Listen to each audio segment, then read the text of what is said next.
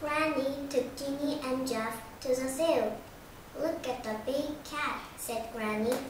"It's a leopard." "Cat?" asked Jeff.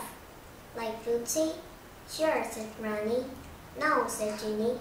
"The leopard has spots. Our Bootsy doesn't have spots." "And the tiger?" asked Jeff. "Is that a cat like Bootsy?" "Sure," said Granny. "No," said Ginny. "The leopard and the tiger has stripes. Our Bootsy doesn't have stripes." "And the lion?" asked Jeff. "Is that a cat like Bootsy too?" "Sure," said Granny. "No," said Ginny. "The lion has a mane. Our Bootsy doesn't have a mane." At home, Jeff picked up Bootsy.